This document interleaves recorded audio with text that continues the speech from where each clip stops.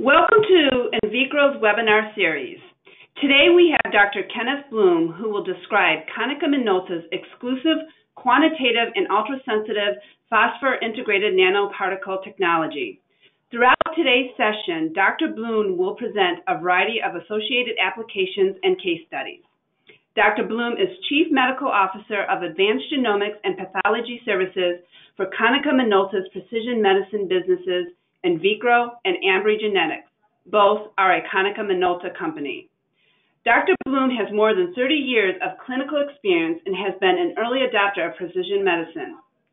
Prior to joining Invicro, Dr. Bloom was president and head of oncology and immunotherapy for human longevity, and prior to served as chief medical officer of in vitro diagnostics life sciences at GE. In addition, Dr. Bloom served as president and CEO of the medical group of Clarient Pathology Services.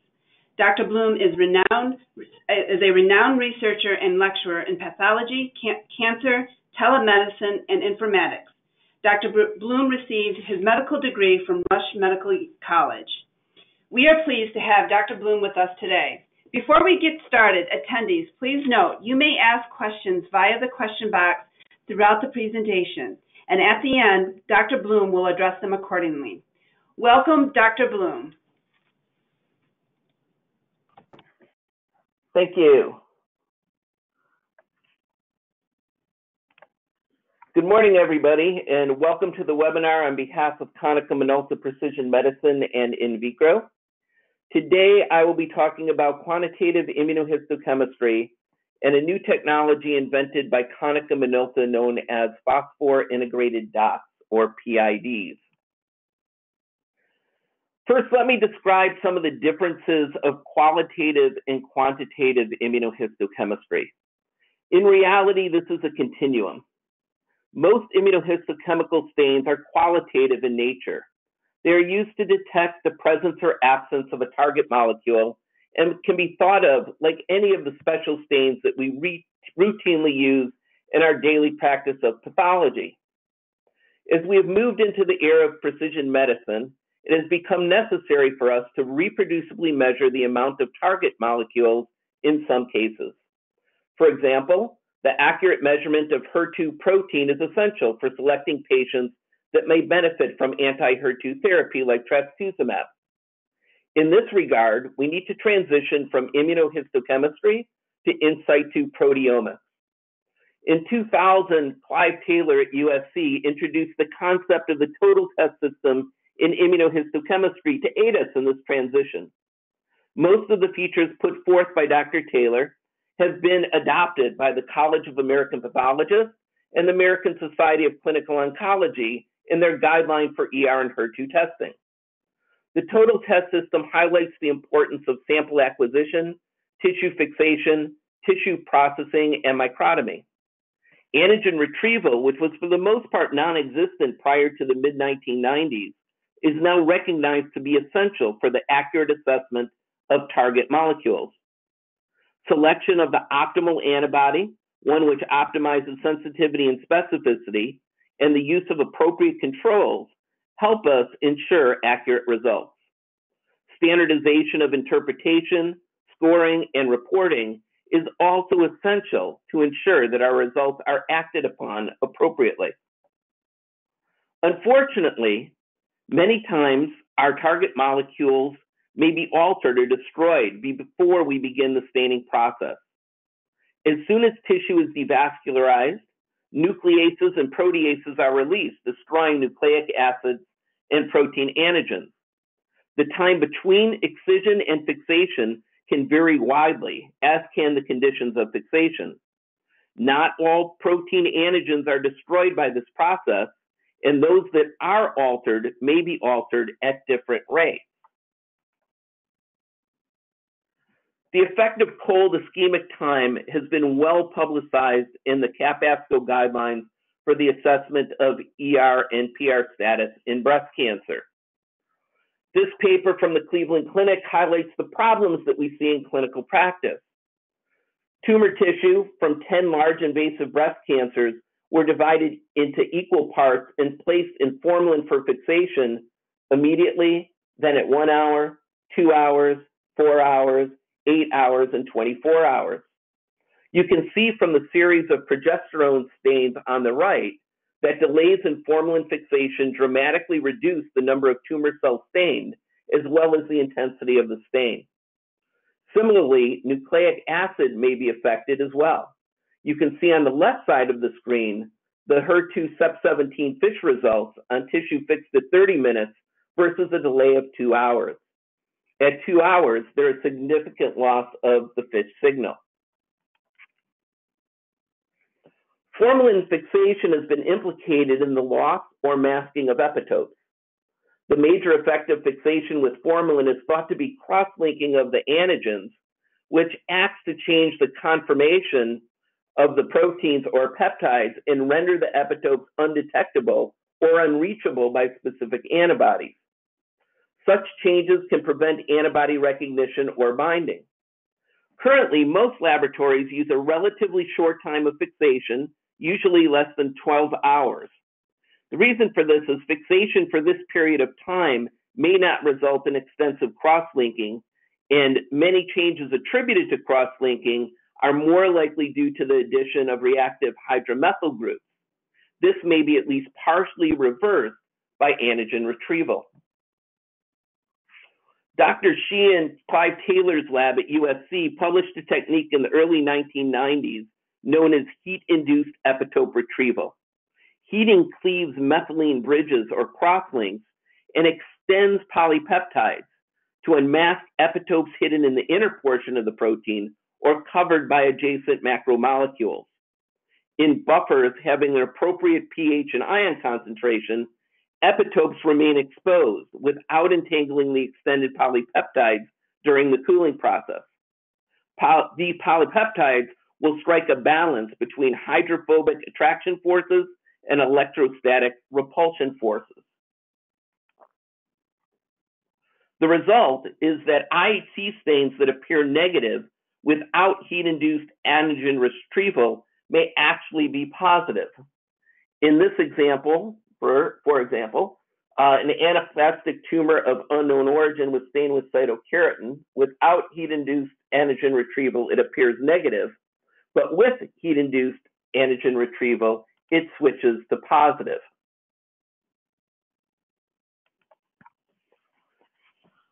This is an example of a typical worksheet used in a clinical laboratory to optimize the conditions for an IHC assay. For each antibody, the lab must identify control tissue and then test that antibody with a variety of protocols systematically modifying variables such as antibody dilution, antigen retrieval method, antibody incubation time, detection systems, and fixatives. Of course, selecting the appropriate antibody is critical as well. As you can see, not all antibodies are created equal.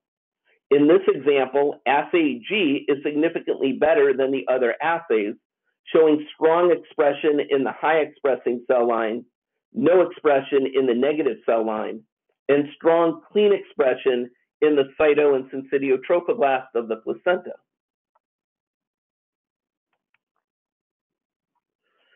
Scoring of IHC slides may lack reproducibility between pathologists.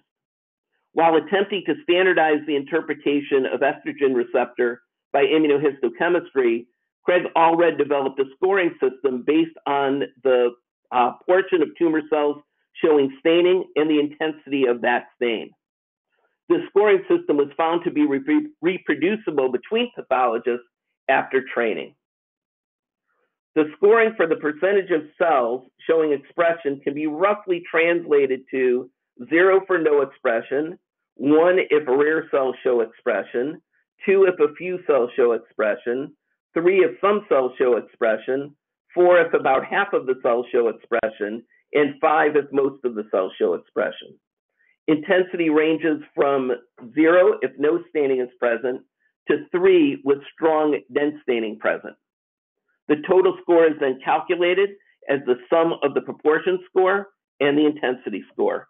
Thus, the score may be 0 or in the range of 2 to 8. Whatever the scoring system, it needs to be reproducible and correlate with clinical outcome. For example, in the case of the all-red scoring system for estrogen receptor, patients with high scores of 7 and 8 do significantly better than those patients with scores of 2 or less. Tumors with scores between 3 and 6 cluster together. While they don't do as well as a tumor showing strong expression, they do significantly better than tumors showing scores of 2 or less.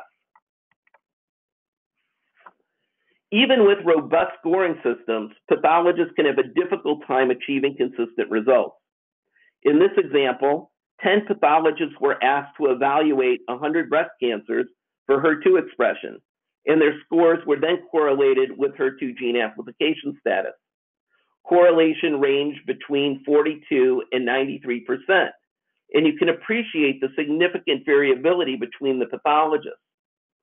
Image analysis of the Immunostained slides has been used to promote consistency in interpretation and to improve overall accuracy. In this example, when the 10 pathologists reassessed the HER2 Immunostained slides with the aid of image analysis, all of the pathologists increased their level of accuracy and now achieved remarkably similar results. Subtle issues like the thickness of the tissue section can also affect immunohistochemical interpretation. This should not be surprising since an 8-micron section has twice as much protein as a 4-micron section. This study looked at the number of cases scored as 2 or 3 plus with a Ki67 stain. Not surprisingly, as the thickness of the tissue section increased, more cells were assessed as showing 2 or 3 plus staining and less showing 0 or 1 plus staining. Controls are probably the most important part of a total test system, allowing for quantification. Controls assess many aspects of an immunohistochemical assay. Most commonly, tissue known to express the antigen target is added to the top of a slide containing the tissue sample being analyzed. The purpose of this positive control tissue is to ensure that the correct antibody was used and that it dispensed correctly.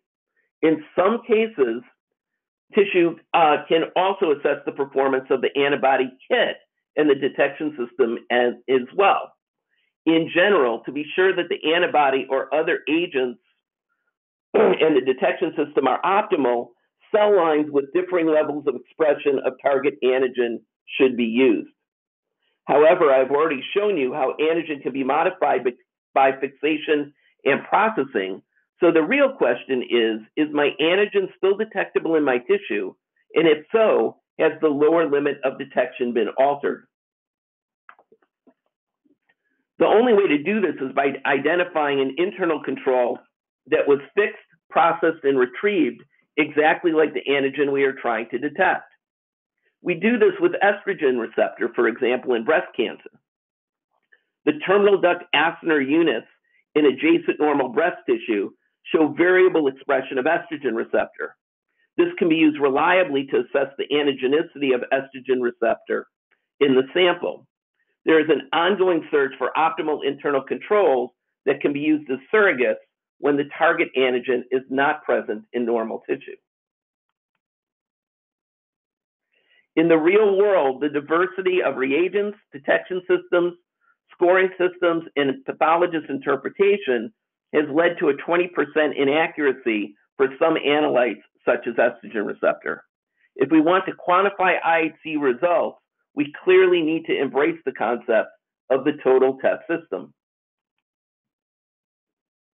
Another problem is that pathologists like to visualize immunohistochemical stains with their bright field microscope using DAB, but DAB has many limitations. DAB, or diaminobenzidine, is oxidized in the presence of peroxidase and hydrogen peroxide, resulting in the deposition of a brown alcohol-insoluble precipitate at the site of enzymatic activity. The intensity of the DAB stain depends on the enzymatic activity of peroxidase, and is significantly influenced by the reaction time, temperature, and peroxidate substrate concentration. Consequently, the quantitative sensitivity of IHC DAB is relatively low. In addition to absorbing light like other stains, when abundantly present, DAB clumps and diffracts light, yielding a stronger intensity of stain. We can see in the upper graph that the DAB score flattens relative to the fluorescent stain with a relative short span of linearity. In the lower diagram, we can see that the expression of estrogen receptor across a series of breast cancers, as determined by fluorescence, shows a spectrum of expression, and that the spectrum is lost when evaluated with a DAB stain. The level of DAB expression relative to fluorescence expression is quite variable. Better quantification can lead to better predictions. In this example, when data from the BCIRG-006 trials, which assessed women with HER2-positive disease by a FISH assay, were reanalyzed with the fluorescence-based evaluation of HER2 expression, there was a significant group of women who did not show overexpression of HER2, but yet who were treated as HER2 positive. The yellow bar highlights a line showing the hazard ratio for patients with overexpression of HER2 by fluorescent labeling who also demonstrated HER2 amplification by FISH. This hazard ratio of 0.66 was significantly better than that of women who were classified as positive solely by FISH, irrespective of their HER2 expression level. Konica Minolta and Tohoku University School of Medicine collaborated to develop fluorescent nanoparticles that display features that solve many of the inherent problems with quantitative immunohistochemistry. We know that fluorescent labels increase the sensitivity of IHC and may be quantitative since the intensity of fluorescence is proportional to the intensity of the photon excitation energy. Fluorescent nanoparticles, such as quantum dots, have been around for a while and exhibit greater photostability and brightness than general organic fluorescent molecules. However, tissue autofluorescence has an intensity comparable to quantum dot fluorescence, and strep-avidin conjugated quantum dots possess only 5 to 10 strep-avidin molecules on their surface, limiting their reactivity with biotin-labeled secondary antibodies. PID particles make significant improvements over quantum dots. The fluorescent intensity of quantum dots is 100-fold greater than quantum dots and is thus not hindered by tissue autofluorescence. Moreover, a single PID has approximately 2,500 strep-avidin molecules linked via polyethylene glycol chains, also known as PEG chains, on its surface, and exhibit high reactivity to secondary antibodies. PIDs can be applied to quantify target proteins, antibody drugs, or antibody drug conjugates. The PID particles are relatively uniform in size, with an average size of 149 nanometers. The diameter of the particles can be calibrated between 80 and 200 nanometers. Fluorescent spectral analysis demonstrates that when excited at 580 nanometers, the spectral patterns of pyrrolene diimide and PID particles peak at approximately 620 nanometers.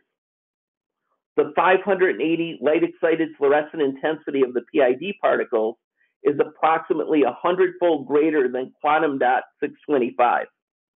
PIDs also demonstrate much greater photostability than pyrrolene diimide. The 580 nanometer light-excited fluorescence intensity of pyrrolene diimide rapidly decreases to 2% over 10 minutes, whereas the fluorescence intensity of the PIDs remain greater than 80% under the same irradiation conditions. The photostability of the PIDs is attributable to the dense packing of the pyrrolene diimide, the networked chemical binding of the pyrrolium diimide, and the use of a capsule to protect the pyrrolium diimide from oxidation.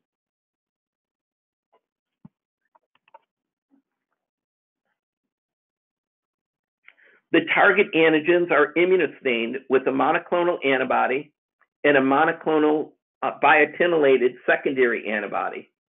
The samples are then stained with PID coated with strep-avidin by biotin strep-avidin binding.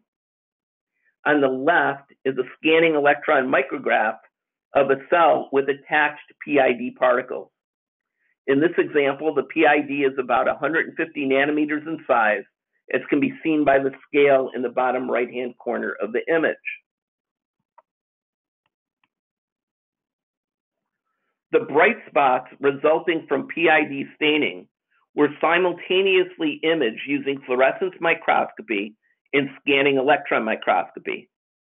The patterns resulting from hundreds of positive bright spots were analyzed, and data from the fluorescence signal and the particle number determined by electron microscopy were combined.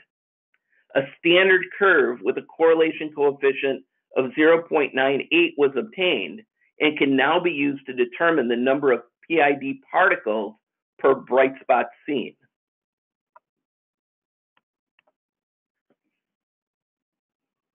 We can now calculate a PID score, which is the number of PID particles per cell.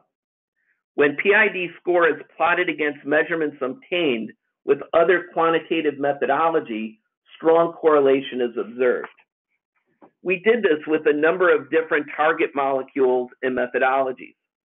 As you can see from the above table, there's excellent correlation between PID score and quantitative assessments by flow cytometry, ELISA, and liquid chromatography mass spectroscopy.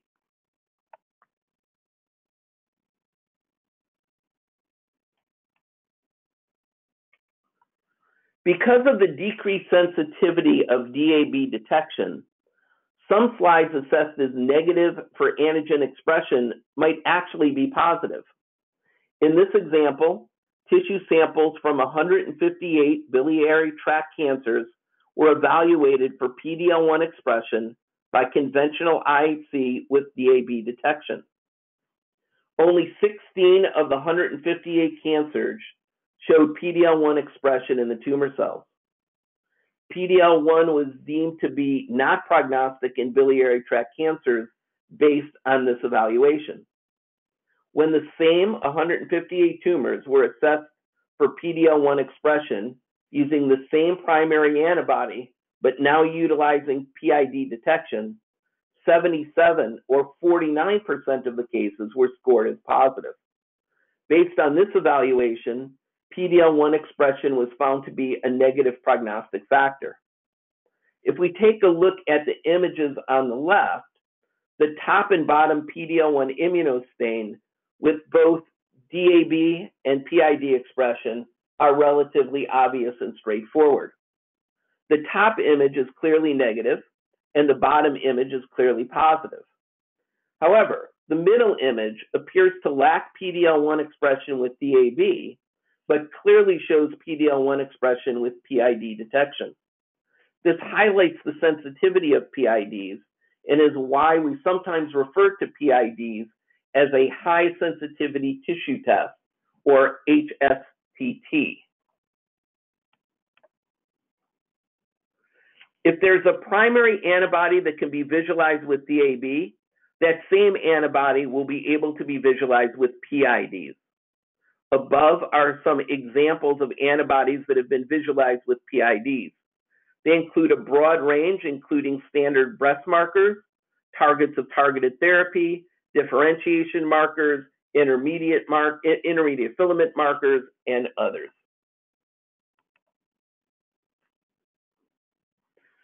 To accurately count the number of PID particles, image analysis software is required. First, bright field images of the slide are obtained and the nuclei are identified by the software. Fluorescent images of the same slide is obtained and the software captures the number of PID particles and their intensity. Following statistical processing, the software calculates the average number of PIDs per cell. In the example on the right, the red PID particles representing HER2 can be seen localized to the cell membrane, while the green PID particles representing Ki67 are located to the nucleus. Each of the particles has a slightly different size and fluorescence intensity. The software translates this into the number of PIDs in that location, which is represented by the number on the top of each spot.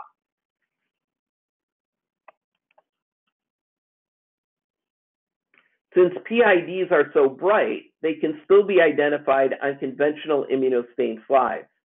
In this example, macrophages are identified by a combination of CD68 visualized with DAB and CD163 visualized with histogreen. The nuclei are stained with hematoxylin. A PID score for colony-stimulating factor 1 receptor in tumor-associated macrophages can then be calculated.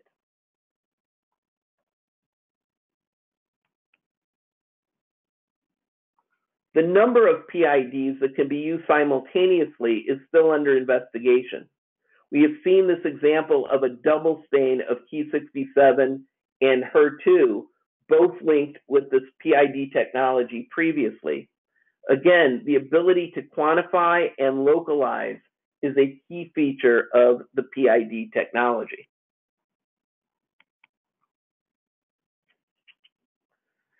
So now I'm going to switch gears a bit and demonstrate how to visualize biodistribution and pharmacokinetics with a slight twist on the PID technology. Instead of the primary antibody targeting an antigen on or within a cell, the primary antibody in this case is targeted to a drug of interest, typically an antibody drug such as trastuzumab or an antibody drug conjugate.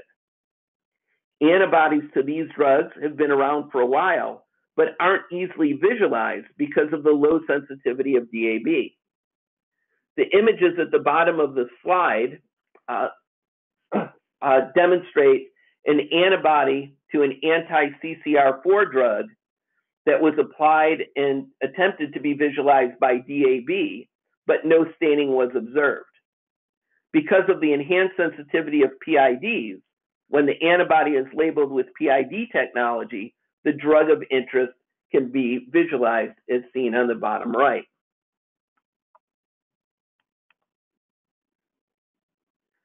Now I'm going to look at a case study presented by Dr. Matsukane at this year's American Society for Clinical Pharmacology and Therapeutics meeting, which identified trastuzumab in xenograft tissue. This is important since we know that antibody drugs, including antibody drug conjugates, may distribute poorly or heterogeneously in solid tumors because of the relatively large size and the complexity of the tumor microenvironment. If there is insufficient exposure of the drug because of poor distribution, the risk of recurrence will be substantially increased.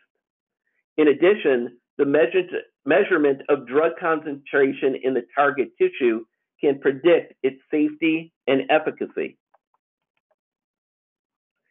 In this example, xenografts from HER2 positive and HER2 negative human breast cancer cell lines were subcutaneously injected in skid beige mice. Following the growth of the tumors, 10 milligrams per kilogram of trastuzumab was administered intraperitoneally. Animals were sacrificed at various time points, including time 0, at 8 hours post-injection, 24 hours, and 72 hours.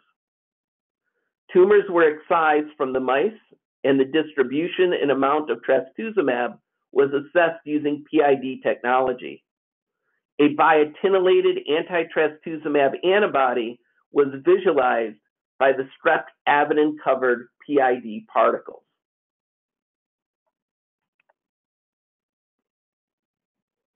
Similar to what we have already reviewed with PID visualization in conventional immunohistochemistry, image analysis software aids us in visualizing the biodistribution of trastuzumab on a macro level as well as the pharmacokinetics and quantification on a micro level. Because of the brightness of PID technology, the sections can also be stained with hematoxylin, highlighting the tissue morphology and allowing us to evaluate drug distribution on a cellular level.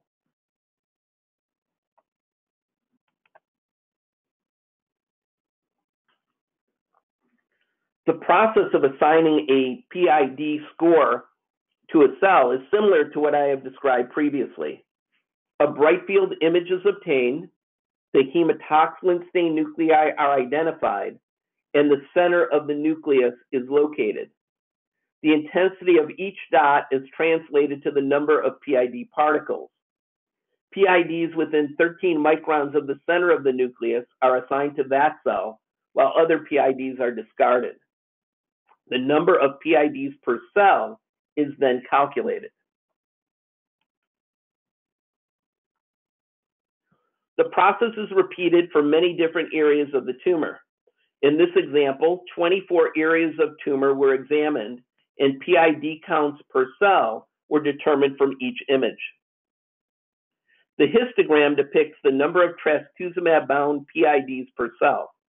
The average count was 21.6 per cell, but you can see that the distribution has a large tail extending to the right. Serial sections that were used for the PID staining were subjected to liquid chromatography mass spectroscopy.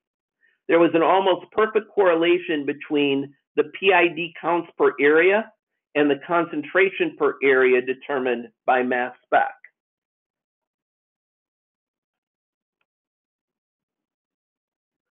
Looking at the distribution of trastuzumab at 8 hours, 24 hours, and 72 hours in the HER2-positive xenograft, we see that the distribution is heterogeneous despite the homogeneous expression of HER2. The average trastuzumab count per cell is higher at 24 hours than at 8 hours, but remains relatively stable at 72 hours. As expected, the HER2-negative cell line xenograft showed much fewer PIDs than the HER2-positive cell line xenograft. Looking at the graphs on the far right, the plasma PK for trastuzumab was similar for both xenograft models at each time point, but the intratumor imaging PK graph shows clear differences between the high HER2 expressing and the low HER2 expressing xenografts. At all time points except time point 0, there is a significantly higher number of trastuzumab-bound PIDs per cell. Traditional PK analysis performed by excising the tumor and analyzing ground-up tissue can't resolve the heterogeneity that is evident with the PID technology. Lastly, the high-power imaging that is afforded with the PID technologies allows us to confirm that there is increased trastuzumab accumulation in tumor areas compared to stromal areas and areas of tumor-infiltrating lymphocytes. Significantly increased accumulation of trastuzumab was noted in necrotic areas.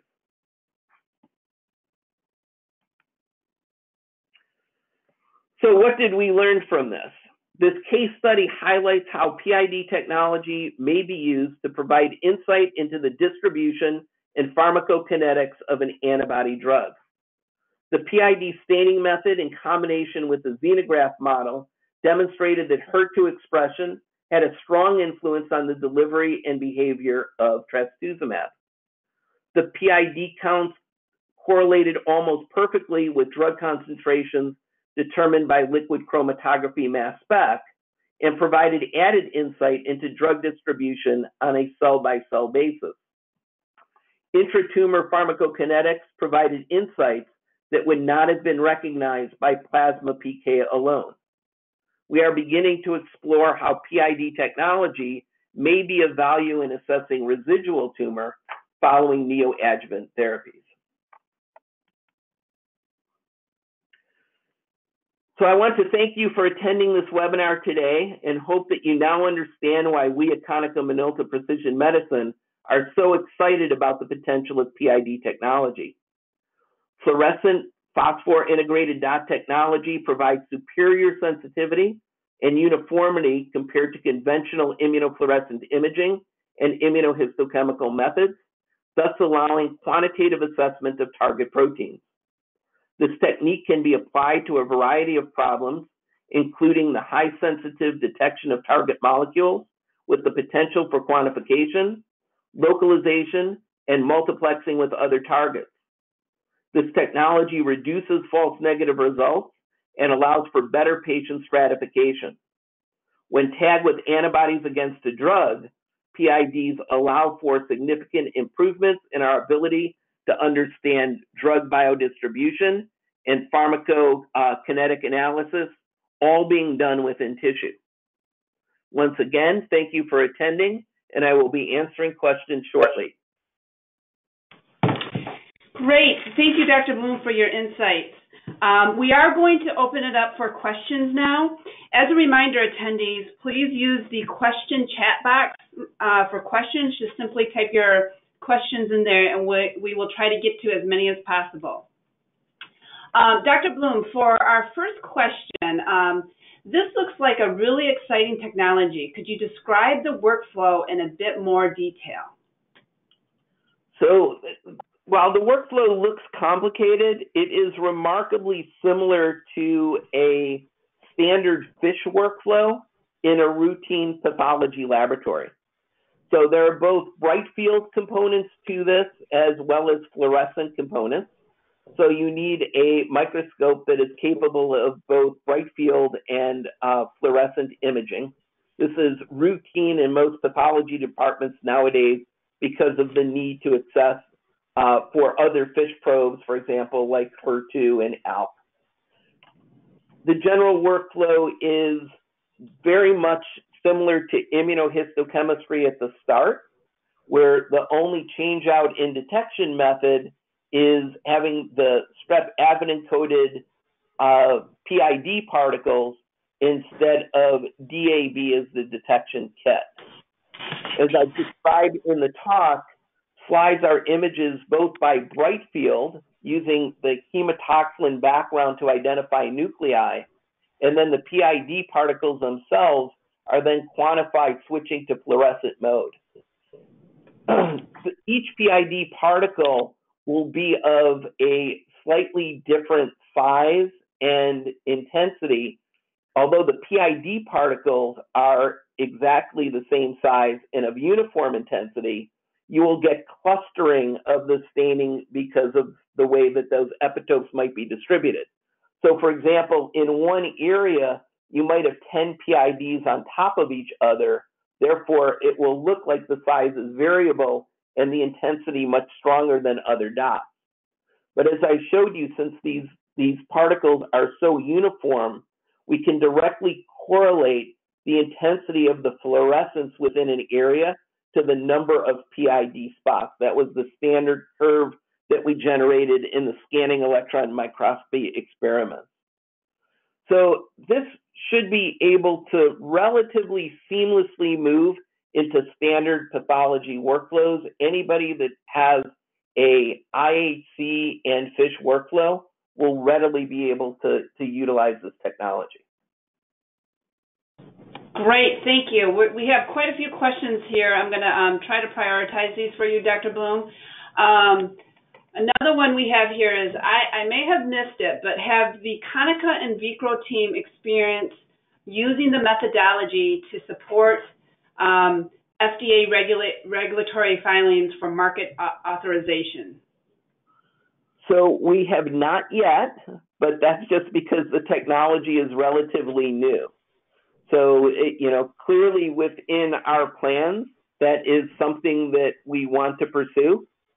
I would say at this point, it can be used in a research setting, obviously. We're transitioning this into a CLIA laboratory type setting. And the next step beyond that would be to transition it to an FDA cleared assay. There are many moving parts to that, because we have to worry about not just the detection system itself, but as I described, the total test system.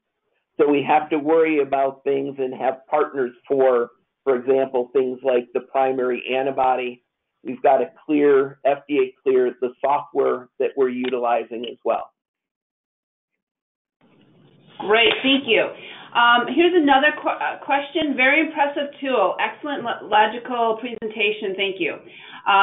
PID is extremely important in terms of future approvals of precision therapies, as the lack of standardization techniques and validated thresholds in genetic biomarkers, is becoming an obvious problem. Would you comment in terms of a strategic perspective how PID weighs in compared with other quantitative analytic methods? So the problem with most other quantitative analytic methods are that they're either not really quantitative, or the quantitative methods that we have grind up tissue so we can no longer see morphology. And, I think we naively thought, 20, 30 years ago, that if you just grind things up that we could do these measurements. But in point of fact, morphology is critically important. So if I use actually anti-estrogen drugs like tamoxifen as an example, if we went back 40 plus years ago, we used to measure estrogen receptor with ligand binding assays. We would grind up tissue that we hoped was tumor. Sometimes, unfortunately, it wasn't tumor because we couldn't see morphology. And we could get a very precise quantification of the amount of estrogen receptor. When we moved to immunohistochemistry, there was a lot of concern because of all of the issues that I pointed out that sort of defy us from getting a true quantitative measurement. But the added morphologic localization of estrogen receptor with immunohistochemistry actually allowed it to outperform the more quantitative estrogen receptor analysis by ligand binding assay. And what that told us was that localization is a critical feature.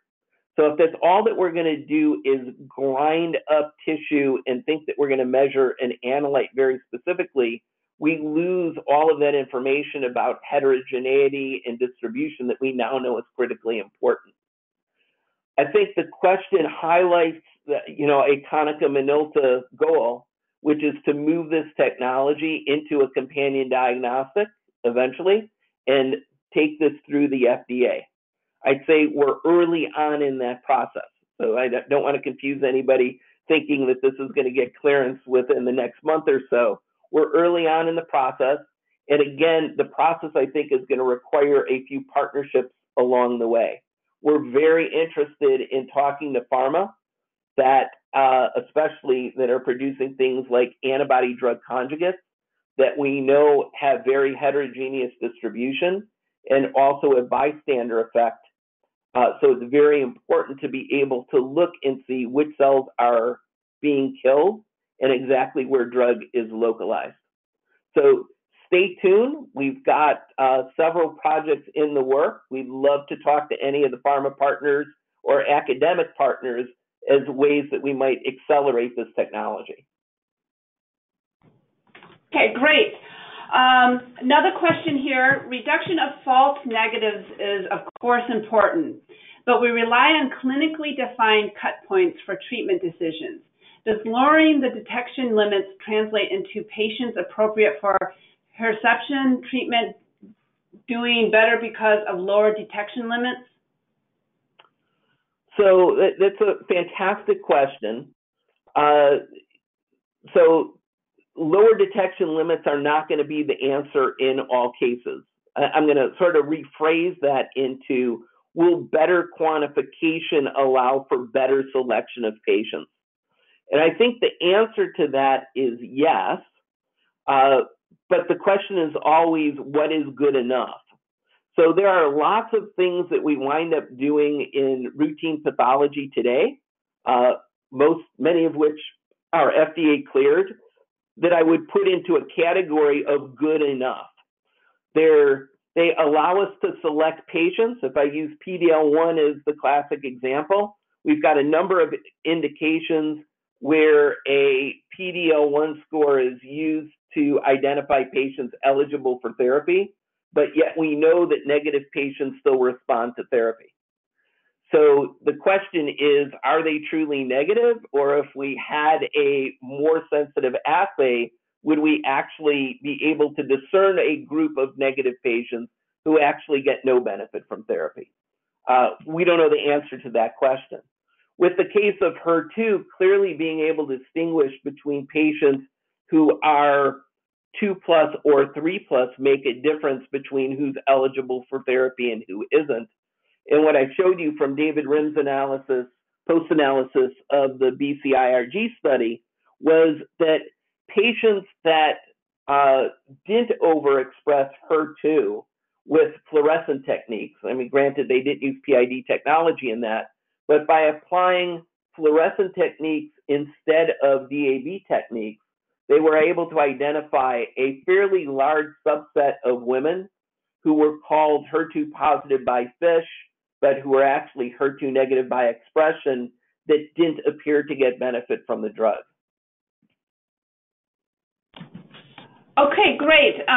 Here's another one. Are these PIDs resistant to breakdown by alcohols and xylenes? And then the follow-up is, how do we purchase these? So